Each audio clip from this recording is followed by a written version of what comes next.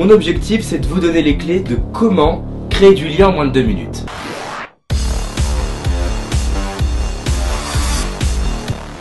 Quand est-ce que ça sert? Dans un endroit où il y a des inconnus, ça peut être même la rue. Quand on va en soirée, créer du lien, c'est important parce que vous allez pouvoir vous créer des opportunités, vous allez pouvoir séduire, vous allez pouvoir vous créer un réseau. Il y a 5 clés. La première clé, c'est le sourire. Quand vous souriez, non seulement vous influencez sur votre état d'esprit, vous êtes en pleine forme, c'est génial, et en plus de ça, vous faites les autres sourire. D'ailleurs, les professionnels pour ça sont les enfants. Ils ont fait une bêtise, ils sourient et tout s'arrange. Faites ça, souriez. La deuxième chose, c'est la posture. Apprenez à vous tenir droit, ça a plusieurs impacts. Déjà, vous dégagez plus de charisme, c'est super. La deuxième chose, c'est que en faisant ça, vous respirez mieux. La troisième clé, c'est la synchronisation. Alors qu'est-ce que c'est? C'est un peu l'effet caméléon, ou l'effet singe. Quand une personne fait quelque chose, faites pareil. Quand une personne dit les choses d'une certaine manière, faites pareil. Quand une personne bouge d'une certaine manière, faites pareil. Alors vous allez me dire, mais David, mais je vais faire le singe! C'est ça. Alors faites pas exactement pareil, faites-le en décalé, et vous allez voir, ça a un impact impressionnant. Tout simplement parce que naturellement on fait ça avec les gens.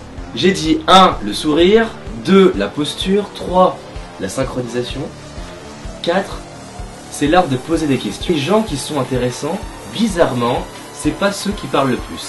Et non, c'est comme les bons vendeurs, ce sont ceux qui posent les bonnes questions. Les gens aiment parler d'eux-mêmes.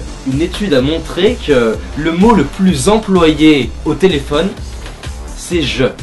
Alors posez des questions et les gens seront ravis de parler d'eux. Posez plus de questions. La 5e clé, c'est d'aller trouver des points communs. On dit que les opposés s'assemblent, mais je vais vous dire, c'est une connerie, ça marche pas. Trouver des points communs, ça se fait pas n'importe comment. La plupart du temps, quand on a des conversations avec des inconnus, on pose des questions de merde. Oui, pardon. Des questions qui ne se posent pas, c'est qu'est-ce que tu fais dans la vie, t'aimes quoi Honnêtement, ça sert à rien ces questions. Ça c'est des questions pour l'ascenseur. Non, vous allez chercher au travers de vos questions à créer des points communs. Pour vous illustrer à quel point c'est puissant, imaginons que je parle à quelqu'un et que il me dit bon bah tiens qu'est-ce que tu fais? Toi il me dit bah moi je pose des bombes, je suis terroriste. Ah moi aussi, c'est génial. On a matché, on a trouvé un point commun, on est devenus potes.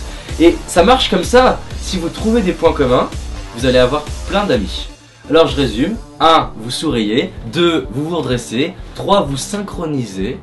4, vous posez des questions et vous vous intéressez réellement à la personne à qui vous parlez. Et 5, vous trouvez des points communs. En faisant ça, je vous assure, votre problème ça va être que vous aurez rempli tout votre carnet d'adresses. C'est grâce à votre soutien que je peux faire ces vidéos, alors si vous aimez ce que je fais, cliquez sur j'aime juste en dessous de la vidéo.